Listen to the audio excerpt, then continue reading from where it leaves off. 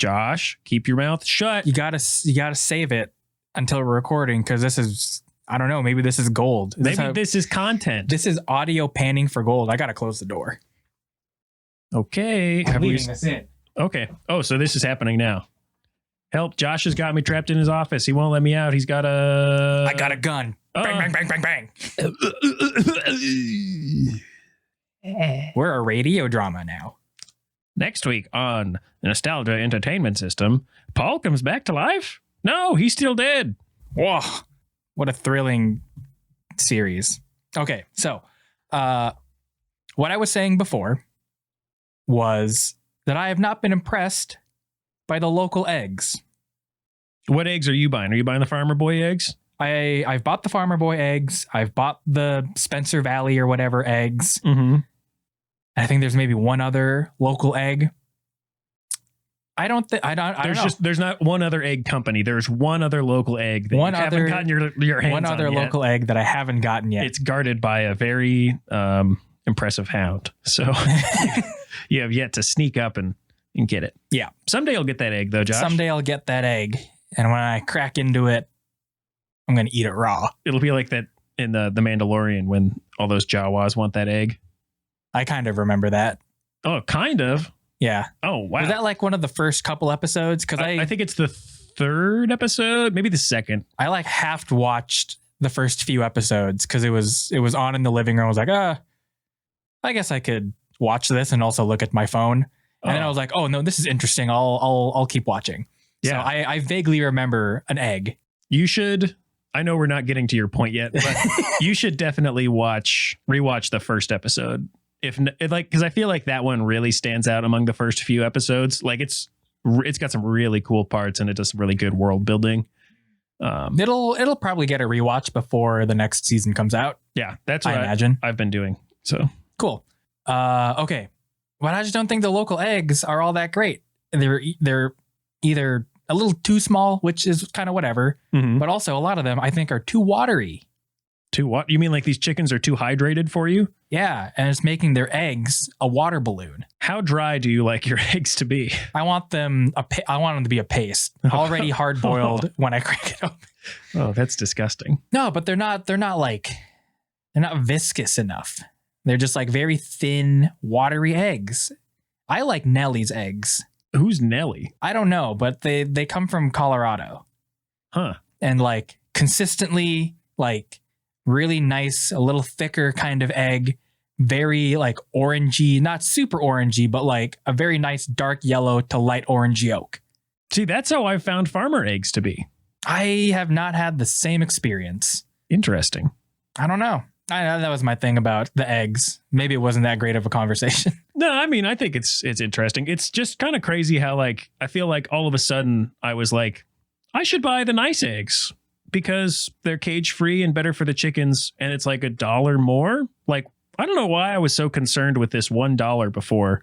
That would not have, I mean, I know in like some cases $1 could make or break you, but for me, that was not the case. I mean, this is also coming from the person that would not spend 75 more cents to get Kraft mac and cheese. Well, I still don't do that because I don't notice a difference there. It's not like it's not like Cheezosaurus Rex is free range with Kraft and then not free range with the generic. Yeah, that's true. I mean, ethics aside, the taste is much better. I disagree, but I think it's all in the way that you prepare it. I disagree. I think for some things, store brand or whatever is like just as good, if not better. But some things you got to go brand name. What else would you go brand name for? Okay, you got Kraft macaroni and cheese. I actually have a great example from earlier today. Okay. Even more, maybe this is a little bit of a distant memory. Ooh. Maybe we should introduce the show first. Oh, yeah, before we do a segment? Yeah. All right, rewind that. Can you play that segment sound in reverse? No. In post. Yeah, let's do that. Let's do a little bit of a rewind. Okay. That's just as good. Yeah. I mean, wow, you did it in post. I did it in post. That sounded so good. Welcome to the show. I forgot what I was doing for. Boy, this is a mess already. It really is.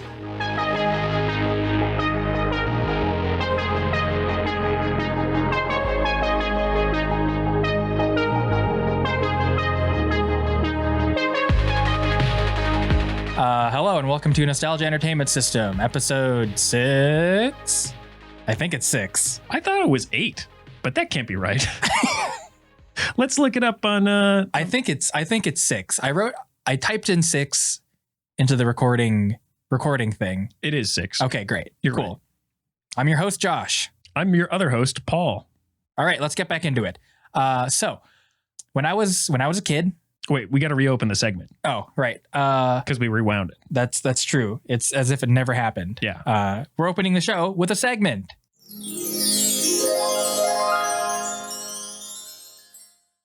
Wow, I like that sound. Did you come up with that, or is that just like a stock segment? That came with the board. Nice. Yeah, it's a stock sound. Stock sound. Yeah. So when I was a kid, my dad, and maybe he still does, but my dad loved oatmeal. It's a real dad food. It is a real dad food.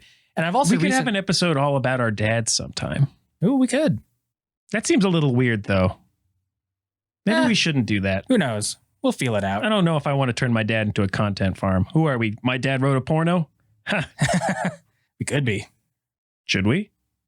All right. Welcome to My Dad Didn't Write a Porno, where we talk about all the things that our dads didn't do. Top of the list, not eat oatmeal. Okay, here we go. Yeah. So my dad really liked oatmeal. And he was a Quaker guy, not in like a religious sense. Okay. But more in the brand of oats. Mm-hmm. So I had some Quaker oatmeal today.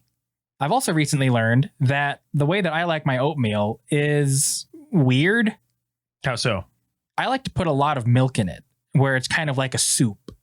Oh, so you just like it thinner? I like it thinner. I mean, I like a good thick oatmeal, but also I just like it when there's a lot of milk in there. And that's how my dad would eat it. So that's naturally how I would also eat it. I eat kind of like cereal.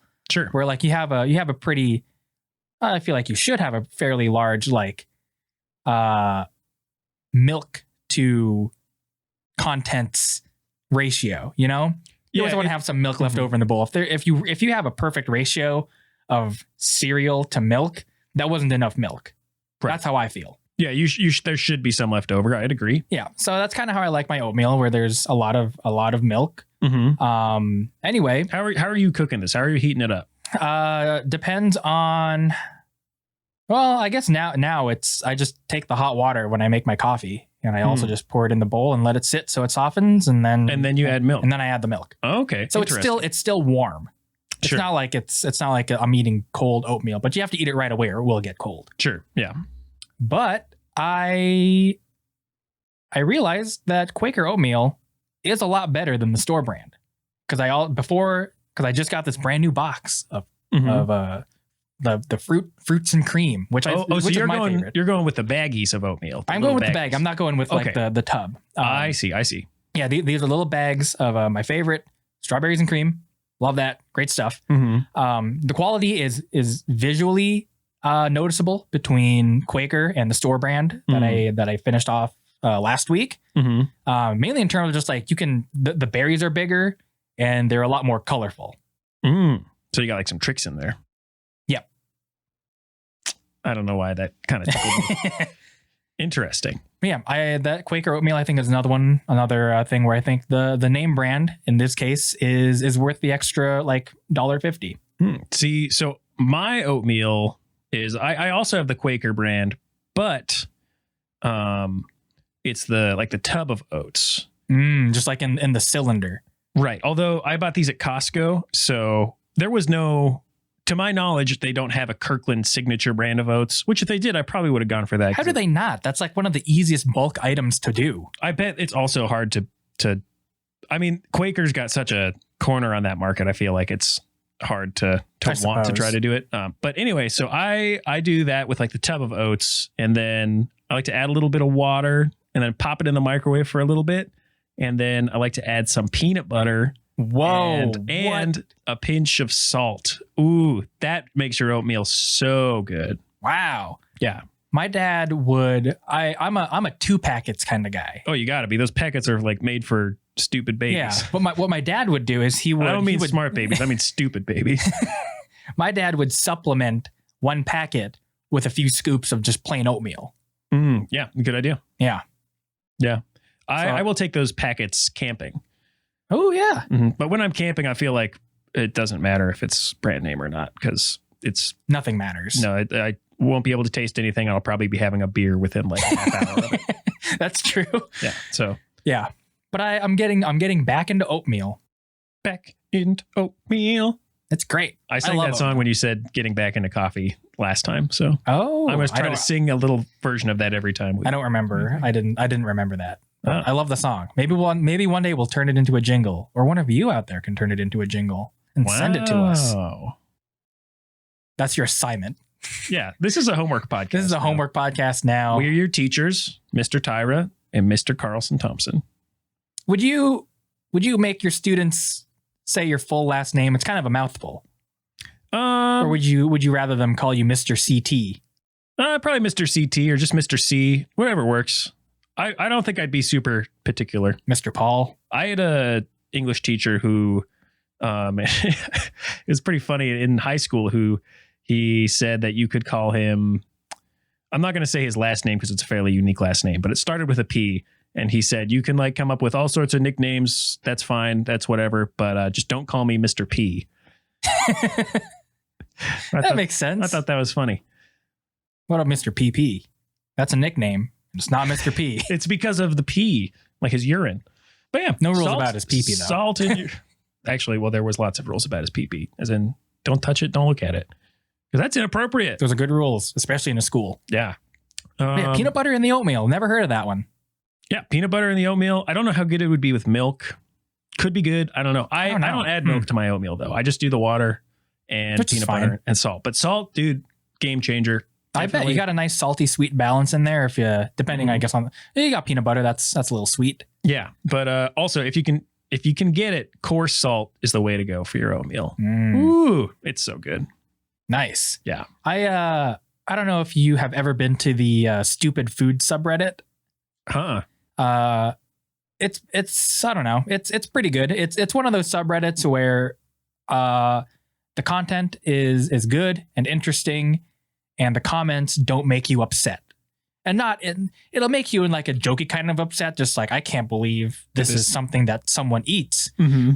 It's that kind of jokey upset, and not like, oh, the world's burning down again. I'm upset. Not, those are two different kinds. And it's not like somebody just like saying terrible things on the comments for the sake of being terrible. Yes, that is true. So there was a post on there today of, it reminded me a lot of that Simpsons bit where it's nuts and gum together at last. Oh yeah, where Homer's like, hey, everybody listens to my ideas. I'm a male age 18 to 49 or something like that.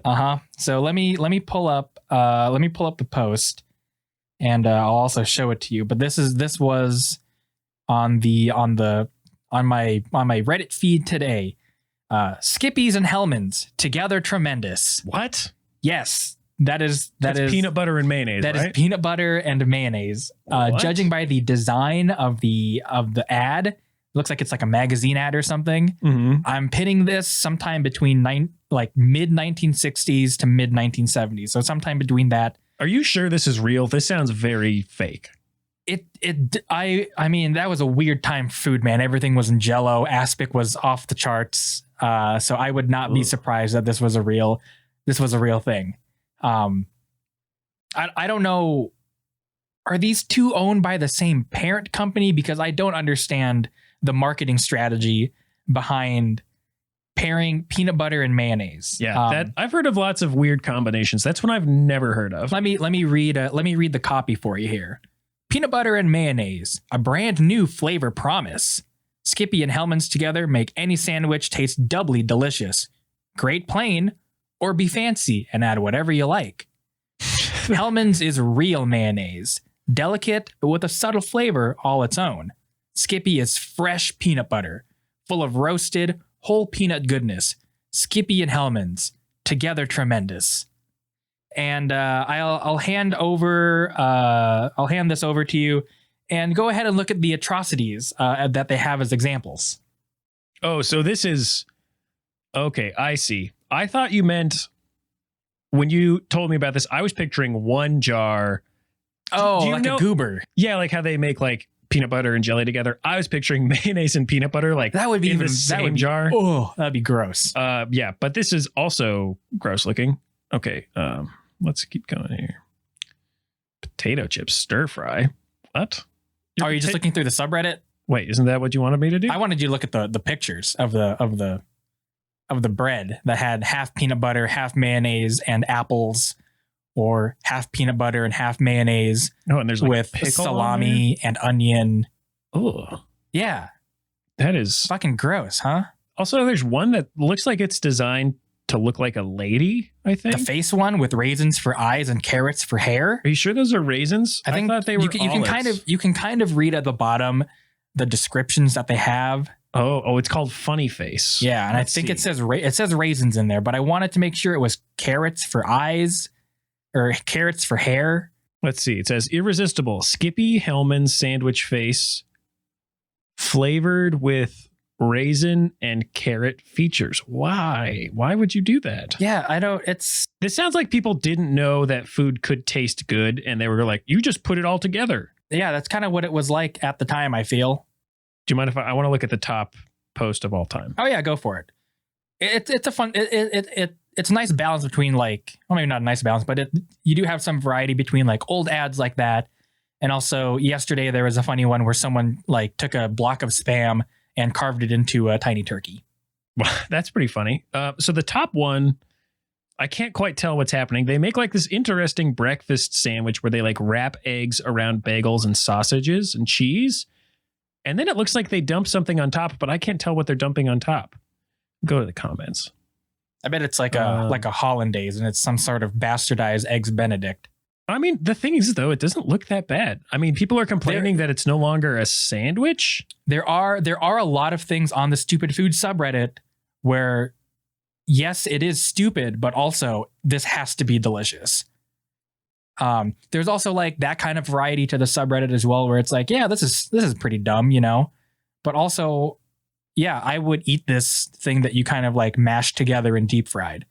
There's stupid food like that. And then there's also stupid food where it's like, all right, we're going to take this large thing of cotton candy. We're going to put sprinkles and cookies and chocolate chips and ice cream in it. And we're going to roll it up into a big burrito. And it's like, oh no, fuck you if you make that, and fuck you if you buy it and eat it.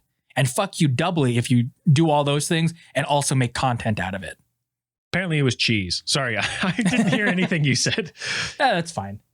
They covered it in cheese at the end. That seems totally reasonable to me. I mean, a lot of it is like, this is pretty dumb, but also I'd eat it. Yeah, I mean, it wouldn't be a thing I would eat every day. But if I was like out to eat or something, or if a friend was like, I'm going to make this weird thing, I would definitely give it a shot. Yeah, a lot of stupid food like that. I agree where like, if someone does this at home, hell yeah.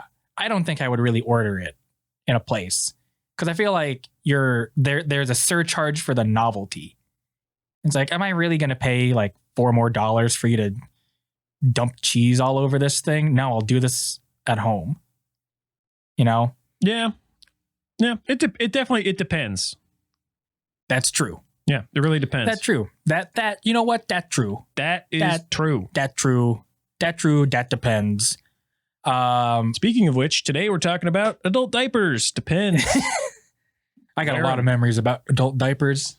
I do have a very interesting thing to bring up here, Paul. Okay. I was looking through some of my old magazines that I brought over from my parents' house because I think in our first episode we had talked about standing or like the magazine aisle at the grocery store, and I would just like hang out there. My mom was grocery shopping. Yeah. I would buy the ones that always had Zelda on the front, because this was around the time that Twilight Princess was in development. So whenever I would see the movie see, with the vampires. Yep. My favorite one. Yeah. Whenever there would be Twilight Princess or the Wii on the cover, it's like, I gotta buy this. Like, I don't care. I'm gonna make my mom spend how much was this? This was $4.99. Damn, that's an expensive magazine. That seems on par with a magazine. I feel like now magazines are way more expensive because they're, I don't know, they're like premium things now or whatever. I don't know. I don't know how much magazines cost. I don't really care. However, as I was looking through some of these magazines, particularly this one, an Electronic Gaming Monthly from this issue 192 from June 2005. We go to page 83. Let me go to page 83 here. We have a nice little upcoming preview for Star Wars Battlefront 2. Whoa, that's pretty rad. Yeah, so I'll read this here. We say, this follow-up to last fall's multiplayer shooting hit takes the combat in a new direction, skyward. You'll fly over 30 craft. Sounds like a aircraft, I think would have been a better word choice there, but you'll fly over 30 craft in massive interstellar battles, including the classic Rebel fleet versus Death Star fight. It's not all retro thrills, though. A third of the ships, including the new V-Wing, hail from Revenge of the Sith. Battlefront's force is still strongest online, with up to 16 players communicating tactics via headset and crying when their Star Destroyer goes belly up. Wait, it says you fight the Death Star in a spaceship? You don't do that in Battlefront 2. Is that an option? How have I never played it? I mean, this thing released before the game came out, so who knows? I wonder if you can go to the Death Star option and do a space battle. I don't know. I've never tried to do that. Yeah. Including the classic Rebel fleet versus Death Star fight. I don't know. I've never done that. If that's a thing and I just haven't done that, It's been 15 years, Paul. I'm gonna go home and look up that because I have that game on my Xbox It's One. true. We played it last week. Yeah, so I'm gonna go try to find that out. There's also a little blurb here from I'm assuming this is the producer of the game, producer Dan Pettit. With Star Wars Battlefront 2, we're giving the player the opportunity to take the battle into space. It's a big addition to this sequel. You'll be able to fight amongst the stars and dogfight other starfighters. A lot of the same words in that sentence there, Dan, but I'll allow it. You're a producer, not a writer. Yeah. Anyway, yeah, I just thought that was a nice little bit of I don't know, trivia, I guess. Just found a little Battlefront 2 thing in a magazine that I have. Yeah, can I look at it? Yeah. The whole magazine or I just want to see that ad.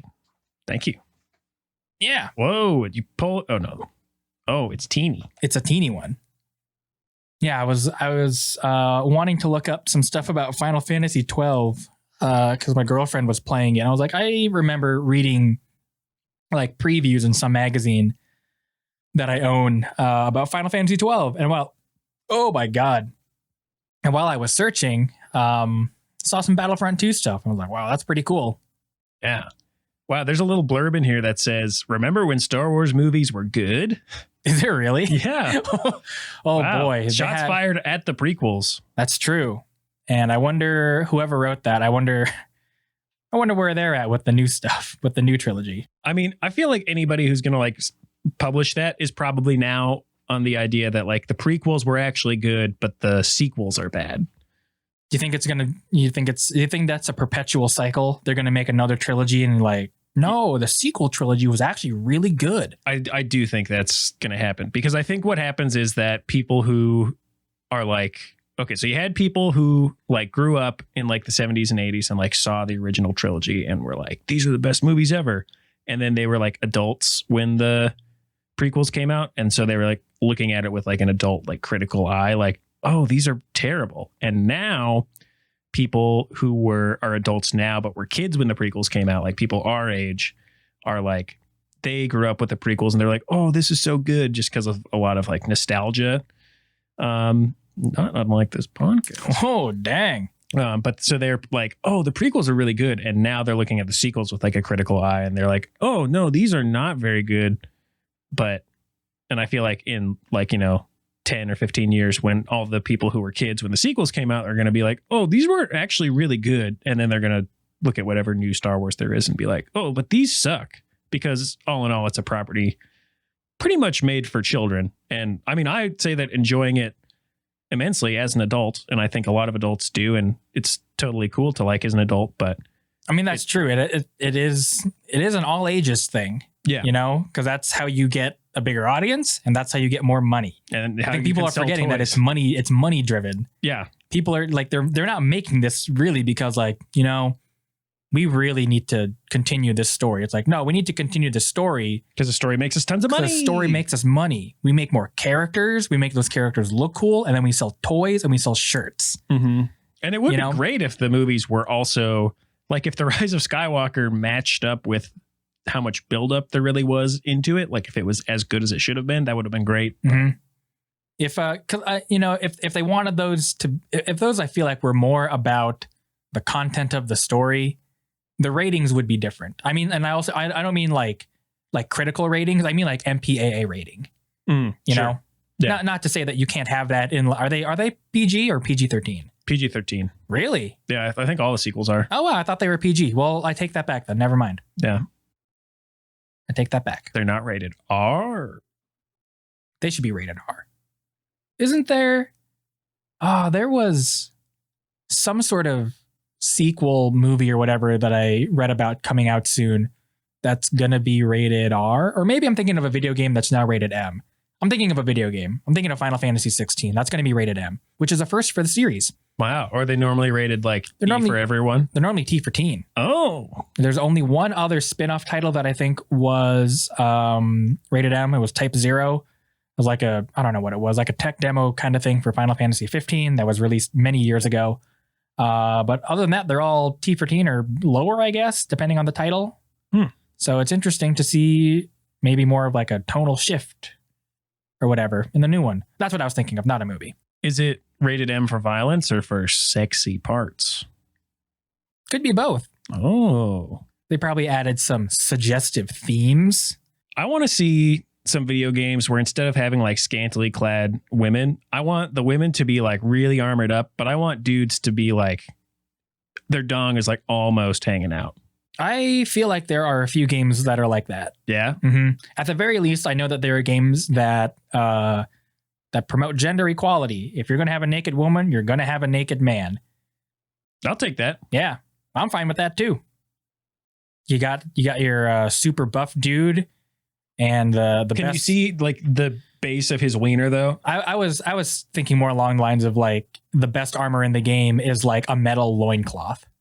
that would be good. Or like a metal, or just the cod piece and nothing else. I just want to see some wiener cleavage. I think that's we need wiener the old cleavage. moose knuckle. Yeah. Well, I mean, I don't even mean that. I mean, I want the underwear to be like hanging down like a low cut shirt on a woman, except it's like low cut underwear, so you can see like the actual base of the shaft. Oh, I get you. Yeah, I want to see that. I'm sure that's somewhere out there. Probably. I'm sure there is like some Like weird. I don't want it to be a porno game. I want that to not even be a part. I just want it to be there, and people are like, "Wait, what?" And then you're like, "All right, no fighting." Could be. I don't know. Could be in some game because I know there are games out there that have wiener physics. Really? Yeah. Can you control the wiener? You can turn your guy like left and right real fast, and that's kind of like turning your wiener. What? Because when you turn left and right, it'll do like a wavy left and right kind of thing. I see. I thought you meant like when you in real life turn your wiener, or that's how you turn your body. Is like you're like, all right, wiener go right, and then the rest of your body follows. I thought that's what you were saying. We're not there yet. That's like in a cartoon when you're like, no, that doesn't ever happen in cartoons. Actually, I don't know what I was thinking. I don't know what you were thinking either. It's like what people say happens, like when they're like, men are always thinking with their dicks, you know? Oh. But that doesn't really ever happen in any cartoon. At least not that I've ever seen. Does it? I can't think of any examples. I bet there is, but I haven't watched it. Who knows? Certainly not me. Yeah. This makes it sound like we actually watch a lot of horny cartoons. I don't. I do. Oh, okay. It's my favorite category on Pornhub. Is it the Simpsons ones? Yeah, specifically the Simpsons one. God, that is truly... Well, Simpsons X Family Guy. God, that shit is... gives me the heebie-jeebies. It is that time of year for the heebie-jeebies. Yeah, the Halloween decorations I hang is those ones where Marge and Peter Griffin are hooking up. Yep. I print those out and then I hang them on the wall. Well, don't forget about that other one that you got at Spirit Halloween. Oh yeah, where it's Homer and he's naked and crashed into the door like a witch. Yeah, but instead of a broom, he's riding Brian from Family Guy. Ooh, spicy. Yeah. Did that store open up in town? I assume so. I haven't opened up everywhere. I don't leave the house. Halloween's definitely, I mean, for some people, Halloween is happening. Yeah. I mean, I was thinking about that because, I mean, they say that you're most likely to get it from like being in close contact with a person who's positive. So but usually that has to be at least 15 minutes or more. So if you're trick-or-treating and you're both wearing a mask, which, God, I bet a lot of people won't be. Isn't that ironic? Yeah, it's the time you should be wearing a mask. Well, in many Alanis ways. Morissette should rewrite that song and add Halloween masks irony. And you know what? No, keep all the verses and add that one. Just add it at the end. Yeah. Well, you got to fill up that time. But if in a perfect world where both people were wearing masks and then just giving candy out in like that 10-second interaction, and I am by no means a doctor or disease control expert, but like, would that be okay? Or would that be like put you at risk still? I genuinely don't know. I don't know either. And in cases like this, just don't do it. If you don't know, don't risk it. Yeah. Just like, are you going to get an infectious disease and die because you wanted a fun-sized Snickers? Well, maybe then you deserve it. Yeah. I mean, you could still put your bowl out on the porch, of candy. People do that all the time. That's true. Because I think so from what I've heard is that like the risk is really low, just like on contact surfaces. So especially if you just open up a bag of wrapped candy bars, dump them in a bowl, and then put that out, and then you just have kids grabbing one out of there. I mean, It's not like it's not the worst thing, but it's also like, I don't know. I definitely am like, I'm putting like a little bit of like a side eye on parents that are just like, you're still going to take your kid, just buy them a bag of candy, It's more so. And also just like, if it's like a busy neighborhood too, yeah, where there's going to be tons of kids and tons of parents, I don't know, just buy your kid the candy. Yeah. It'll be really interesting to see what it's like. I mean, I know that as a bartender, I'm going to have tons of people dressing up probably and coming into work. So, yeah. Although maybe not. I don't know. It's hard to say these days. It really is. Cause I've been thinking about like holidays are going to be weird this year. Yeah. For people that give a shit, Yeah. Some people won't and will still do the exact same thing, but also just like, I don't know. For some people, it's like, well. Oh, you mean people who give a shit about COVID, not people who give a shit about holidays? Yes. Okay. Yes. I see. Yeah. Because I mean, you'll just have to do it in like smaller. I mean, it is going to be lonely if you live alone for sure. But like you'll just have to do like smaller things or like do like, well, it'll be really hard to do outside gatherings, especially here because it'll be so cold like Thanksgiving and stuff.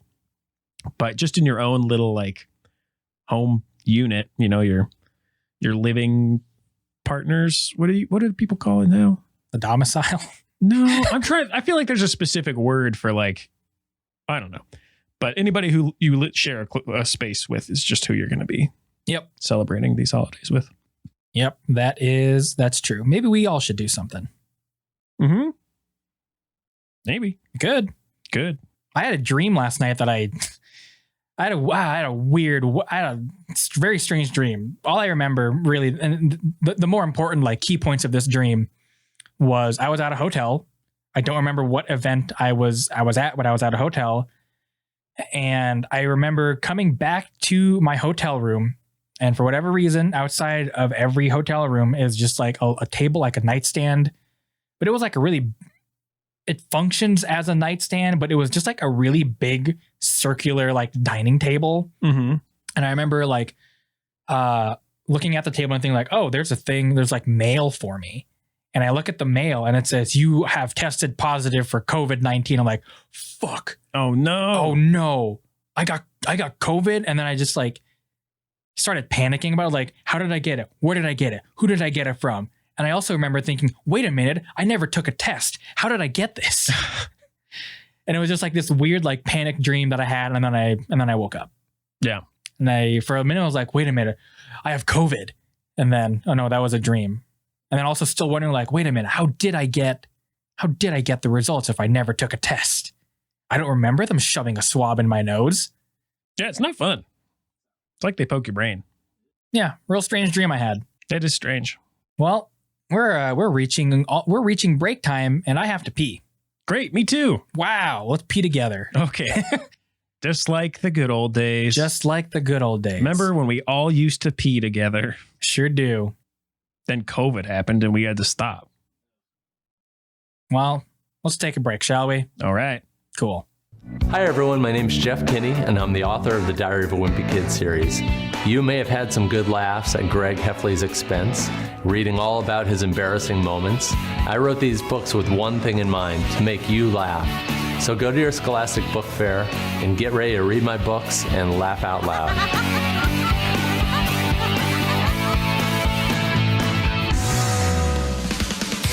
Good old Uncle Murray agreed to do some pet sitting for the week. Hi there. He didn't know what he was in for. Oh. One of the pets was a puppy. He was a good dog. But the other was a kitty, otherwise known as Bad Kitty. Bad Kitty gave Uncle Murray a bad time. Even armed with tons of cat facts, tips, and tricks, Uncle Murray was no match for Bad Kitty. Find out if Uncle Murray survives the week or if it was a job for Fantastic Cat and Power Mouse. Look for Bad Kitty versus Uncle Murray at your Scholastic Book Fair. You're in for quite a surprise. All right. Wow. All right. We're back. We're actually back this time. We're actually back. Can you believe it? Mm-mm. Wow. Yeah, this week we're talking about the Scholastic Book Fair. Whoa. I think also, well, I don't know. I'll get also some of your input on this too, Paul. I feel like the last episode that we did about music, where it was just like more conversation and less just like, I'm going to look up stuff about these bands and I'm going to, it was less researchy. I kind of feel like that's it's easier to also do. And also I feel like it's a lot nicer. So like I could have looked up a lot of stuff about the Scholastic Book Fair. I didn't really do any of that this time around. And yeah, I don't know. I feel like that flow of the show is a little nicer. So I don't know. I'll maybe look stuff up where I think is relevant, but yeah, I don't know. It's just a more experimenting with what the hell this show is and should be and could be. I don't know. Figure it out. Because sometimes researching just kind of felt like school again. And I was like, I don't really feel like doing this. I'd rather just write down memories that I remember and call it good. Yeah, I agree. I think that's a good way to do it. So with that, did you ever have an actual like book fair? Because we only had the orders. What do you mean? Well, okay. So what we would do is when we were in like 2nd through 5th grade, I think, or whatever, they would like sit us all down in a library and, maybe this wasn't every year, but at least a couple of years, we would go to the library and then the librarians would put on like a movie. No, it was more like a preview of like all the stuff that was going to be in the order catalog. Oh, that's cool. Yeah. So it'd have like little commercials for each or like a bunch of the books that were going to be in there to get you like stoked for it. So it would talk about like Captain Underpants and stuff like that and other books. And it would like show you like some of the toys that they were going to have. And then you would get the order pamphlets there and then you would take it home and your mom would be like, you can pick out one thing that costs $3 or whatever. Then you'd go in and like turn it in with a check or whatever. And then what would happen is you would get your books after you ordered it. But also in our library, they would like set up like a store essentially. So you'd have like piles of all the books on tables and stuff and like posters you could buy and stuff like that. Okay. Maybe that was the fair part of it. I think it was. Because I don't ever really remember like books being laid out. Because I was like looking up stuff for this video, or not this video, for this podcast. I watched a video by one of my favorite YouTube people, Nakey Jakey. And he had a video about the Scholastic Book Fair. I was like, I'll give it a watch again. I've already seen it. We're like, maybe something else will come up. And he used a lot of just like Google image, like pictures of like, kind of like you were describing, like piles of books and whatever stuff you could get. And I don't ever remember seeing that in my school. I just remember like the teacher would be like, all right, we got book orders in. Here's like the catalog or whatever, like the 10-page newsprint, thinnest paper in the world. Here's this. And then like we would get a few minutes to look through it. And then we would move on with class or whatever. So I don't actually ever remember like there being like a fair part of it. I just remember the book orders and just like looking through it and like circling all the things that I wanted, like this thing's a video, like cheat codes, a book about cheat codes. Fuck yeah, give me that. The Guinness Book of World Records 2005. Yeah, give me that too. Oh yeah. You know, I remember seeing that one in there. every There's kid's like hardcover. every kid's source of of the Guinness Book of World Records, which I got really into that book series for a while. Because when I was in junior high school, I don't know if I feel like I had maybe talked about this on the podcast before. I don't really remember, but when you walked into the library of my junior high school, I think I kind of touched on it a little bit when I was talking about when my mom would use the computer there. I remember that. Yeah. But right to the left of the entrance was like where the Dewey Decimal System started. So you would have like reference books, but they weren't like, because it's a junior high school. The reference books aren't like, I think there were some encyclopedias or whatever, but it started with like the Guinness Book of World Records and also books about cryptids. And I loved like this one particular like 5-foot shelf of books. So I would just like check out the Guinness Book of World Records. And I remember just like flipping through the pages for like, I don't remember the years. It was probably maybe like 2000 to like 2008. So like 8 years of world records. And there was also Ripley's Believe It or Not books in there too. Yeah, I don't know. I really liked them. Oh, I distinctly remember like one page from one year, which was the world's longest fingernails. And it was disgusting. ooh, I always hated that. I don't even like fingernails that are just slightly too long.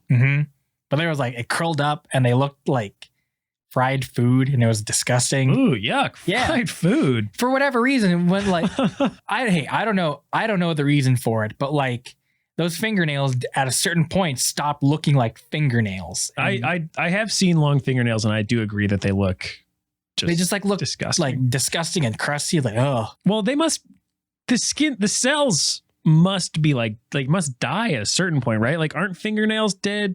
That's like skin cells or something, or like dead hair. No, it's made out of keratin, which is the same stuff that your hair is made out of. Oh, okay. I don't know any more fingernail science than that, other than like whatever your fingernails are made out of, which is keratin, is the same as what your hair is made out of. So when you eat your fingernails, like when you chew your fingernails, it's good for your eyes. Yes. Okay. And also a hand will grow in your stomach. Be careful. Do you say a hand or ham? A ham hand. A ham hand? Yeah.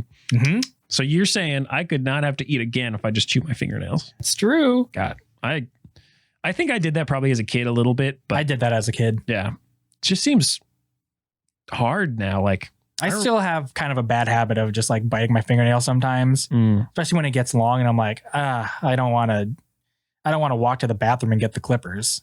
Or if I'm stressed, then I'll just like, I'll relieve some stress, but then I'll just throw it in the trash.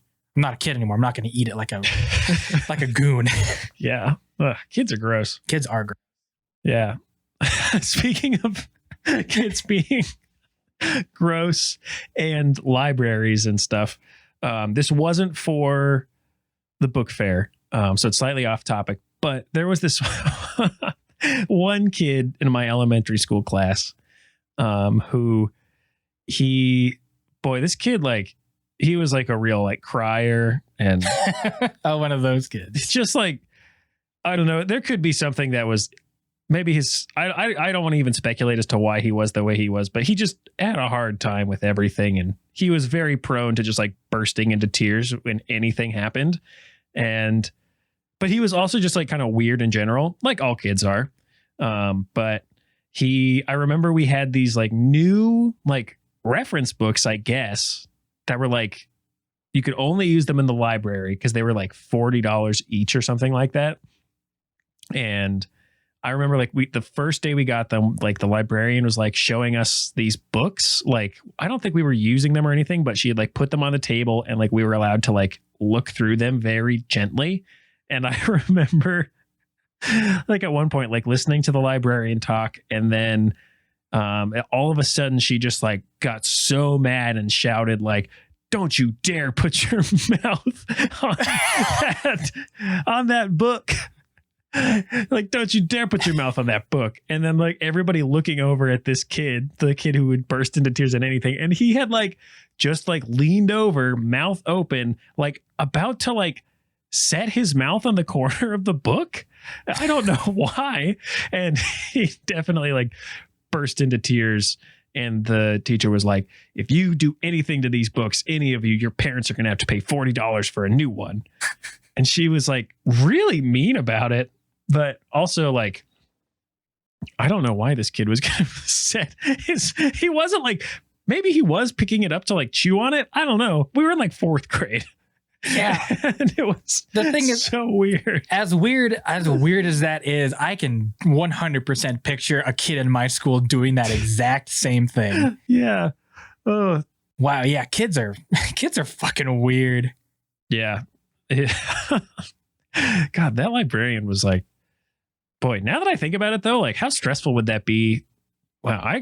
That lady's, she probably had like a heart attack or something, because I can't imagine getting new books and then being mad when like a kid, like you just got to like let that shit go. I feel like a kid is gonna do something weird, and kids are gross and they break stuff in all sorts of ways just by using it. Like you're going to stretch yourself out way too much by expecting those books to stay pristine. That's true. I mean, I get it, because like, you know, they probably didn't have any money in their budget, and they were probably like, these books have to last us 20 years. But boy, you're just going to really stress yourself out. That is true. Oh man, I mean, this is still going off topic, but whatever. I really don't know how much we can squeeze out of the Scholastic Book Fair. So yeah, we've talked probably like 3 minutes about it. That's true, but I do want to tell the story, and then we can get back into it. There was one time in like 6th grade or something that I remember like cheating the librarian. There was just like some spelling thing or whatever. And I had very, very briefly, like for half a second, seen the word vacuum. And then right after, I spelled the word vacuum. Mm-hmm. And vacuum is a weird word because it's 2 U's. It's 1 C and 2 U's. I still to this day mix it up. And I only know this because of this one incident where I saw the word vacuum and I had to spell the word vacuum. Mm-hmm. And the librarian asked, like, did you know that or did you look? And I lied and said, oh, I knew. And to this day, because of that one thing, I know how to spell the word vacuum. Wait, so what was this situation like? I have no idea why I needed to spell the word vacuum. And then she like questioned you, like, where were you looking? Where did she think you were looking? I think it was on like a computer screen or something. And like it was, I have no idea what the context of this was, but I saw very briefly the word vacuum being spelled. And then I had to spell the word vacuum. Maybe it was for like a spelling thing. It was also like a no consequences thing. You didn't like win like a prize? No, if I had said like, yes, I'd seen it, it probably wouldn't have been a big deal. But for whatever reason, because I don't know, I was all like, this librarian was also nice. But for whatever reason, I was like, I want to look cool. And I'm going to say, no, I didn't see the word being spelled out. And yes, I knew that vacuum had 2 U's all along. Dude, she probably thought you were so cool. She thought it was pretty cool. She probably was like, probably went home to her husband that night and he was like, oh, honey, how was your day at the library? And she was probably like, well, it was shit. It's normal. Except there's this one student. His name is Josh. And today I asked him to spell the word vacuum and he spelled it correctly. And I asked him, I said, did you just read that?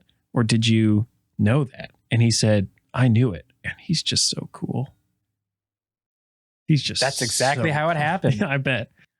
But I don't know. That little lie means I know how to spell the word vacuum. And I think about it every time. You spell the word vacuum? Every time I spell the word vacuum, which the last time I needed to spell it was buying a vacuum on a to-do list. when I moved into this apartment. Wow. But I spell 100% success rate on spelling vacuum. Maybe now you will too because of this dumb story. 1 C, 2 U's? 1 C, 2 U's, VAC, So it's the opposite of the word come. Yes. 2 C's and 1 U.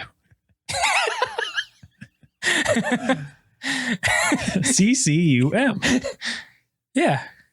Come. This is a podcast where we say the word come now, I guess. It is. We have that explicit tag and we need to earn it. Yeah. I don't think we cursed at all in our last episode. Or if we did because I said welcome back, bitch, I think, or something. You said the word bitch a lot that last episode. Yeah, I don't know. Probably because I didn't want people to think I was too much of a nerd because I like Reliant K. Yeah, that's true. Can you imagine? Well, never mind. I won't get into it because we're moving too far. We're moving too far past it. People want to hear about the Scholastic Book Fair. They do, and that's what it's in the title episode. It's in the episode title, not title episode. Jesus Christ. We're losing our minds today. We sure are. This is spiraling out of control. You got to steady the ship. Yeah. But I remember filling out the last page on the very back where it's like, here's the whole book order. You got to write like a little X next to it or whatever. You fill out the quantity, right? Or like you mark an X and then you fill a quantity of how many copies and then the total price. Yeah, that sounds about right. Something like that. I remember filling it out and like just filling out everything that I wanted and like totaling out, and the total probably be like $40. And it's like, all right, I filled it out, Mom. And then like, I would never, she'd laugh and probably cross out most things. No, I just wouldn't get anything. Oh, so you just never turn it in? No. And sometimes I would keep it to myself. Like, yeah, this is what I would order. And then just like, I know I'm not going to get anything. Did you ever try to turn it in without like money and just see if like they would just randomly send it to you? Maybe once. I feel like that's like kid logic where you don't understand. You have to pay for it. Yeah, maybe once. I can only remember maybe 2 or 3 times where I did get something from the book fair. And this is out of like 8 years of getting book orders, because I think we got them 1st through 8th grade. Oh, wow. I don't remember if we did ours in middle school. Maybe we did.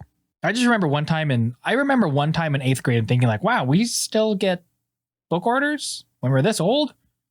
Okay. Don't think I got anything then either. What did you get? It sounds like you got at least one thing from the book orders, the book fair. Yeah. Well, okay. I just remembered one thing. When I was in like 3rd grade, maybe 4th grade, I don't know why, but I like took it on as part of my identity that I liked to prank people. Oh, nice. I did not do that. Like Prankster Paul. Yeah, that's like what I thought of myself as. And so I remember that there was a book called The Practical Joker's Handbook. Yeah, I remember seeing that in the bookstore. Yeah. And so on the cartoon, there was a door somebody was opening with a bucket of water that was about to spill on their head. And I remember being like, I gotta get this book. Oh, it's so me. Like, think of all the pranks I could pull. And so I asked my parents for the book and they got it for me. So I think that was the one book I got that year. And it was also like $3. And it was like 100 practical jokes. And they were all like so stupid. like there's one where you like put your hands on your nose. And then and you click your teeth. You click your teeth with your thumbnails and make it sound like your nose is broken. And that's one that I remember. And then there was the one where you put a pail of water on a door. And then I don't know why they're giving this to kids, honestly, because like that's kind of fucked up as far as like that's like a pretty mean prank to dump water on somebody's head like that. Has that ever worked? I don't know. I didn't do it. Most of them, like you needed enough supplies where I wasn't able to do it on my own. Yeah, that was mostly because I didn't have the follow through. But anyway, the funny part of the story is that the next year they had the same book, but it came with, if you bought it, it came with a free hand buzzer. Do you know those things that like you used to be able to buy that it was like a little circle with like a little stick on it, and you would like wind it up and then you would like put it in your hand and then you'd shake somebody's hand and it would like buzz and it was supposed to scare them. Was that all? I was always under the assumption that like it shocked you, like the gum, like the fake gum. Yeah, no, I think there probably was stuff like that, but this one did not do it. And also, it was fucking huge. So not only did I ask my parents to buy me the same fucking book again, which I still had and often read, like just over and over again, I fucking got, and they said okay. Just so I could get this stupid fucking hand buzzer. And then I get it and I put it on my hand. And of course, everybody in my family knows that I got it because they helped me order it. So they're not falling for it. But also it's fucking huge. So anytime I would try to do it to somebody, they'd be like, well, what the hell is on your hand? It never worked. Do you still have it? No, because it was just bullshit plastic. It was like so many toys, so many cheap toys that like you just like, it was just like terrible plastic. It barely worked. And even if it did work, it would just like go like, and the only prank was that they might feel it. They would feel it on their hand because it'd be fucking huge. It was like, wow, a really thick 50-cent piece is like how big it was. That is pretty. That is big for a kid's hand. Yeah. And especially if you're trying to hide it from somebody. Oh yeah, for sure. Yeah. Wow. Huh. But I also bought, I remember buying some Captain Underpants books. I was really into Captain Underpants in elementary school. Never read it. Really? Unfamiliar with the series. Oh, I know nothing. There's like a booger guy, right? Yeah. I mean, honestly, it's probably what has fueled my still like very potty centric sense of humor to this day. Wow. Because the story. Our parents were right. Yeah. It corrupted us. It really did. But do you know the storyline for it? No idea. You didn't even see the new movie that came out? I thought about it, but I'm not, you know me, I'm not much of a movie guy. Yeah, that's fair. Even if it was interesting. It is animated. Yeah. It wasn't it by, doesn't it look or like is made by the same studio that did that new Peanuts? I think something like that. It's very similar, but I mean, yeah, the animation stays very true to the book. But the book was like, it's a really good introduction, I think, to like novels. Cause I mean, they're not long, but they're also not like, 15-page picture books. They're probably like 80 pages, with like pictures and like pretty big words, but still that's pretty long. Like when you're in like first grade, second grade, that's like kind of when I was getting into it. But basically these two boys, George and Harold, they hypnotized their principal into thinking he's Captain Underpants, who is a superhero that they made up. Okay. And Captain Underpants always fights like just like poopy toilet themed gross villains. Like there's like Attack of the Turbo Toilet 2000s. Wow. 2000. And then there's like these like evil alien lunch ladies. And like he like gets like hypnotized because he is like a trigger where like I think it's if somebody snaps their fingers, he turns into Captain Underpants. And somehow like throughout as the story progresses, like as he's Captain Underpants, he like actually gains superpowers. But then he gets water dumped on his head and he forgets that he's Captain Underpants and he turns back into their evil principal. I see. So I don't know. It's pretty fun for a kid. I bet. Yeah. Yeah. I remember seeing those like wild. I remember seeing those in the catalogs and also at the bookstore. There was a bookstore at the mall, which it's no longer there. It hasn't been there for so long. Mm-hmm. As a franchise, I don't think it's been around for just as long either. It was called Walden Books. Oh, yeah. I remember Walden Books. Really? I think so. I think I went to that franchise a couple of times. Wow. But now that I say it, I feel like it's like one of those things that sparked a memory and now it's fading quickly. So maybe I'm just imagining things. It reminded me of like an airport bookstore, where it's like, because it's in a mall. It's not a huge, like, it's not a lot of space to get, but it's not like a Barnes and Noble or like a Borders or whatever. So, I just remember like going through the kids section. It's like, oh, Captain Underpants. I'm familiar with this character, and I'll thumb through the books, and I'm like, not interesting because I have no attachment to this. So that's really my level of engagement with Captain Underpants. I mean, you could easily find one now and pick it up and get through that book in probably less than an hour. I imagine so. Did your brothers get any stuff from the book fair? If they did, my older brother's 5 years ahead of me. So, and my younger one is 5 years below me. So I think I wasn't in elementary school with my older brother ever. And then I had 1 year where I was in elementary school with my younger brother. So I don't think they got anything out of the book fair catalog when I was. So I don't think they got anything. Wow, just you. Yeah. Although if they did get something, I don't remember what it was. Or I thought it was for babies, so I paid zero attention to it. Or I just like wasn't aware that it was happening when my older brother was doing it. Yeah. No, I don't know. I'm actually kind of surprised now that I think about that. Huh. What were you getting besides what were you writing down on yours? So I don't know. There's a few things that I remember getting from the book fair, like the few times I did get anything. And I actually just remembered when you mentioned the Practical Joker Man Handbook or whatever. Practical Joker Man Handbook. Yeah. Whatever it was called. Practical Joker Man.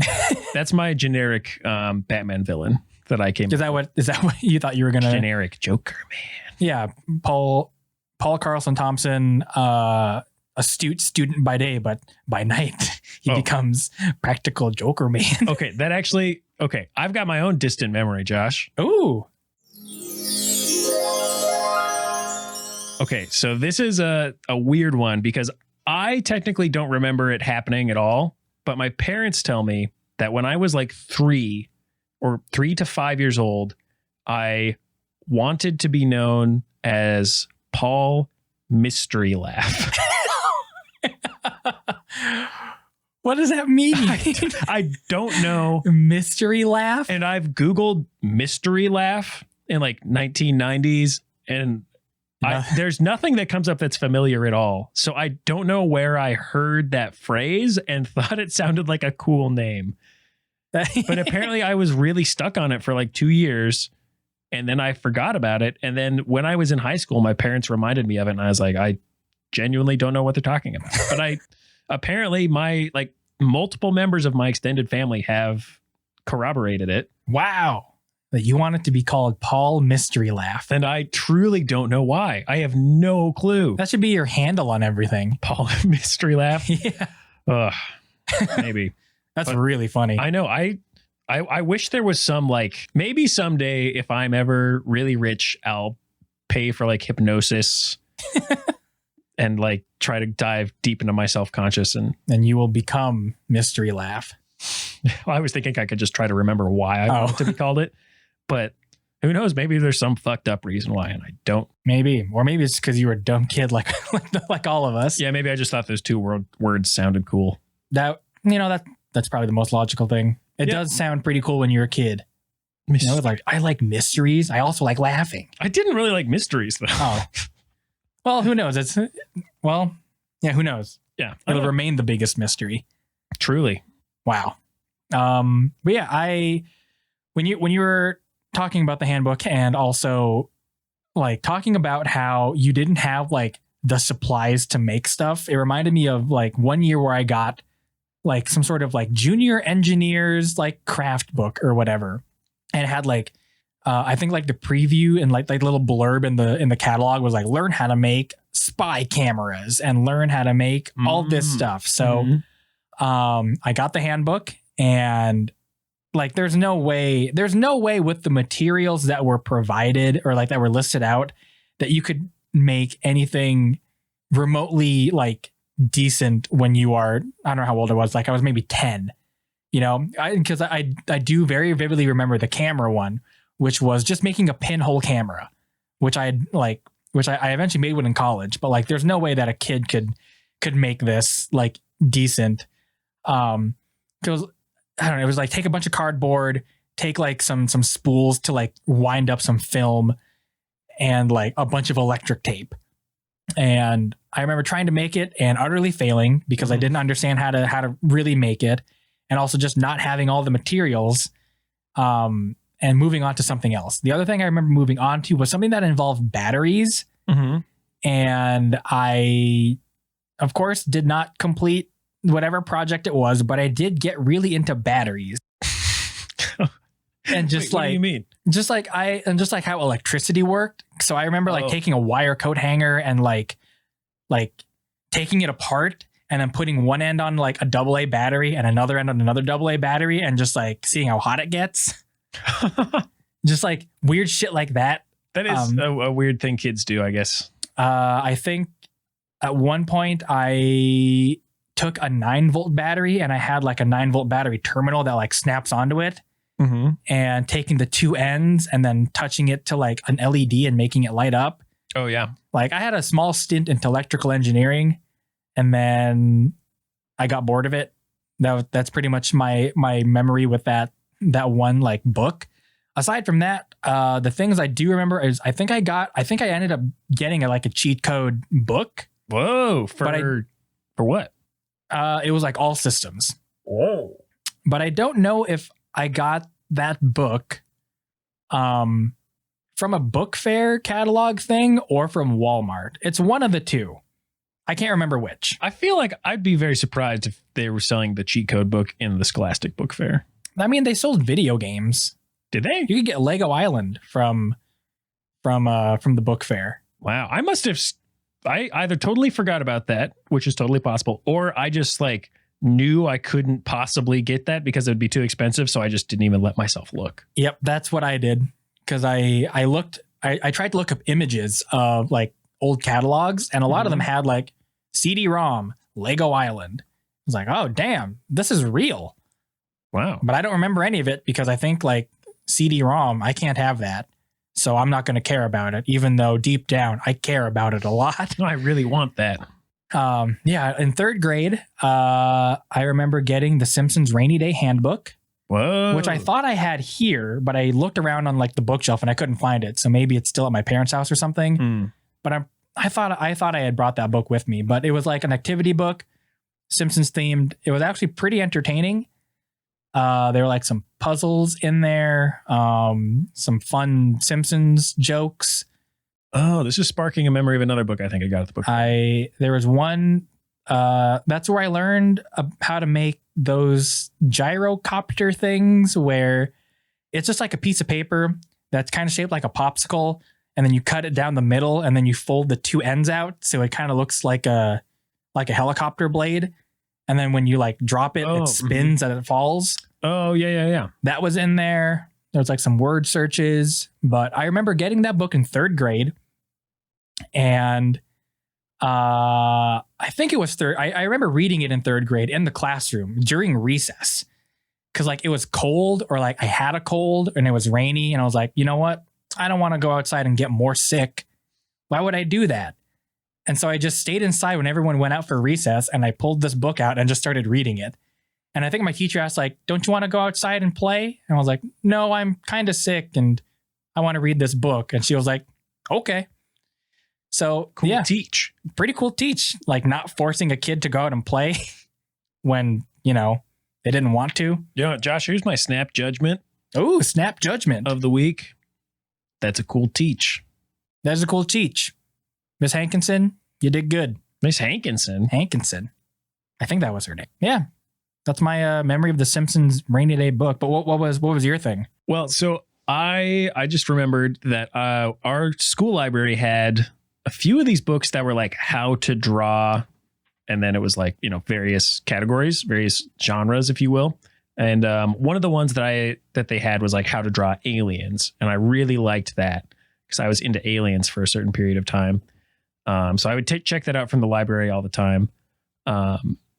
But then in the book fair catalog one time, they had how to draw The Simpsons, and I had never seen The Simpsons at this point because I wasn't allowed to watch it, but I was allowed to buy Simpsons themed things. So I bought the How to Draw The Simpsons, and I never attempted to draw them until like 2 months ago.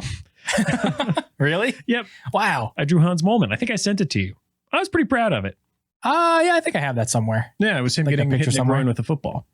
Wow, that classic moment. Yeah. But Wow. The other things I got from I would always try to get things from the book fair that also came with stuff. So the other two things that I remember getting from the book fair was a book about rocks, and it came with a bunch of rocks. Which looking back was actually pretty cool. You got like a little like velvet pouch. velvet pet. Kind of like a small Crown Royal bag, but it was filled with rocks.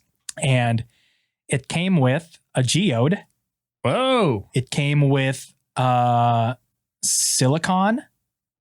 It came with, I think, a chunk of iron or something. And it came with some sort of Gold? volcanic igneous rock, not gold, Silver? not silver. It didn't come with any How are you precious metal. supposed to make money off of this? I don't know. And the last thing it came with was pumice, which is unique because it's a rock that floats. And I remember also what you use to scrape dead skin cells off. it is, yeah, a nice porous rock. But I remember just like being really entertained by the pumice, and I would like go to the bathroom, I would fill up the sink, and I would just like put the rock in there, like, wow, it floats. And then I take another rock and like, wow, it sinks. And being really entertained by that. Mm-hmm. One day I lost that pumice rock and I got really upset about it because my collection was no longer complete. Just the fact that you were able to lose a rock somehow, like I don't know how I lost it. Now you just like have a place where you would keep your rocks, but as a kid, I'm sure you're just like, I'll just leave this outside. I don't know. I don't know. It's gone today. I don't know what happened to it, where it went, and I was really upset about it. But eventually I got over it. Mhm. However, one day my mom and I were at JCPenney looking for whatever kind of clothes I needed. Maybe it was like it was like fall time and school's coming back. I don't know what. But I remember reaching into the pocket of like a hoodie or a sweater or some sort of article of clothing. And in that article of clothing was a pumice rock. I am not shitting you. Whoa, was it the same one or a different one? It was a different one. Whoa. But it was like the same color, same size, same everything. I was like, what the fuck? Wait, this was a new hoodie or an old one? This was one on the rack at the store. No way. And I don't know why I reached into the pocket, but I was like, I reached into the pocket, just like, oh, what if there's something in here? And there was a pumice rock. Wow. And I was like, fuck yeah. That's amazing. This is so cool. I'm keeping it. And then I don't know where it is now. Wow. But I remember thinking like, this looks like, I remember holding it and thinking like, wow, this looks just like this rock that I lost years ago. So I took it, and then when I went home, I filled up the sink, threw it in the sink, and it floats. Damn. Like, fuck yeah. This is dope. That's pretty wild. Right? What are the odds? I don't know. Very low. But why was there a rock in a who knows why there was a rock in a brand new on the rack like sweater or whatever at a JCPenney. We'll never know. But no. That's my story about my little rock collection that I got from the Scholastic Book Fair. Wow. Yeah. I also got magnetic slime one year. Magnetic I slime? think I got it in 5th grade. This was during the time where I think during the book fair, everyone would get those clicky clacky magnets, you know, where you throw in the air and oh yeah, they make that awful sound. Mm-hmm. Wow, now that's some good Foley. Well, we just YouTubed those rocks, and that's the sound that it made. So, but instead of getting those magnetic rocks like everyone else, I got magnetic slime. That's it. It was I don't remember what. There was a post on Reddit yesterday, I think, that reminded me of it. But it was like this gold putty or whatever, and it smelled weird.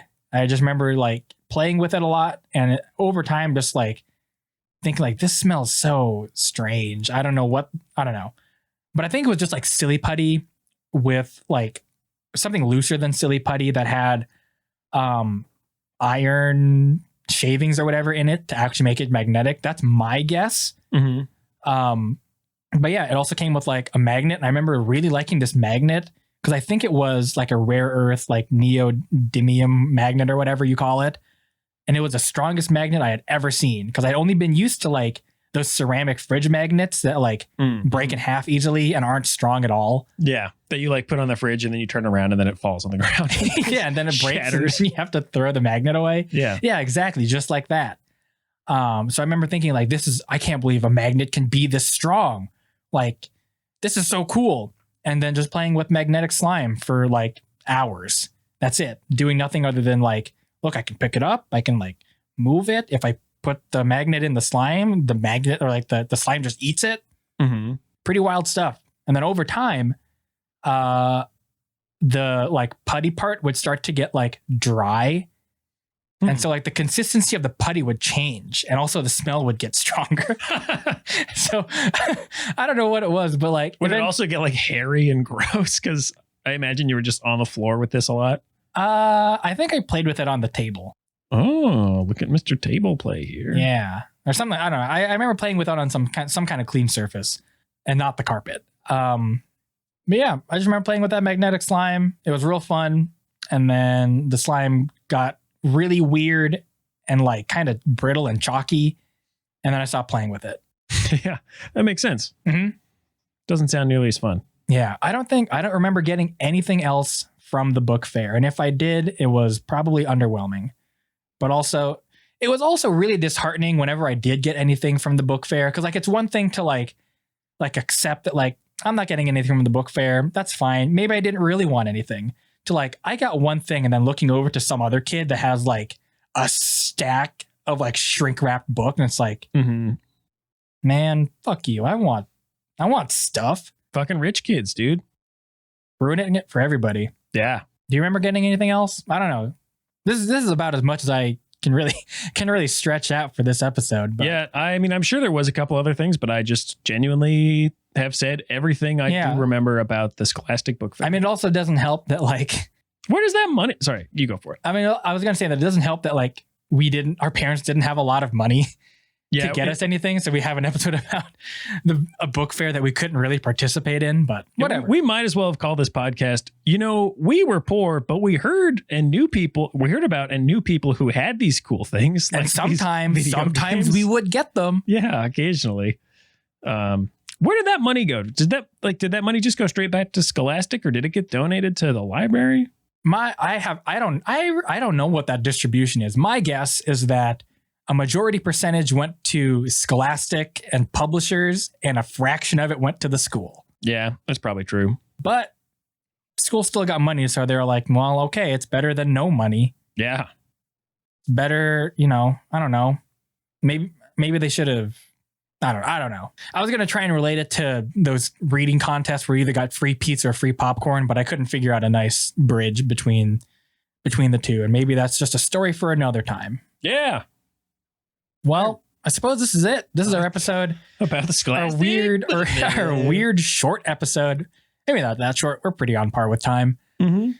But yeah, the Scholastic Book Fair. If you were one of those rich kids that actually got shit, fuck you. Fuck you, but also let us know what you got. Because I'm curious what other... My goal is to alienate any listener. Hey, do you have similar memories?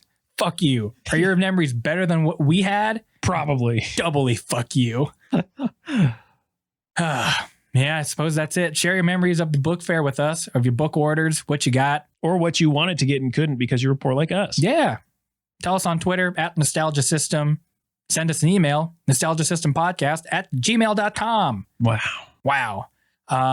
Additionally, tell your friends about the show. We'd love it if you'd spread the word. Spread the word. It helps us grow. Tell your friends about the show. Oh, that was a good little rhyme. Yeah, I just now came up with it. Leave a review on iTunes or wherever the hell you listen to the show. If it allows for reviews, we'd really appreciate it. Mm-hmm. If you leave one, we'll read it. Maybe. Who knows? And there's no new ones today. What a shame. What a freaking shame. What a freaking Dumbo shame. Let's see. Lastly, you can support the show on Patreon, patreon.com/nostalgia entertainment system. You can help us by helping us. You can help us by helping us. You can help us by helping us. You can help us by helping us. Please help us by helping us. Pay the bills for this show, which isn't that much, but we'd appreciate the help. Mm-hmm. Also, what are you going to do? Freeload this thing? Yeah. Listen for free? Dude, I don't How think about so. listen for $3 a month? Wow. Yeah. Yeah. It's not that bad. It's $3 a month. You're not. Look, it's not you're that quarantined. You're not eating out. Take that money that you would spend on some sort of food. Yeah, don't eat. Just listen give to it this to podcast. us. Yeah. This is brain food. Yeah, dude. Arguably This better is like than tummy food. reading a book. You're getting so much smarter by listening to this.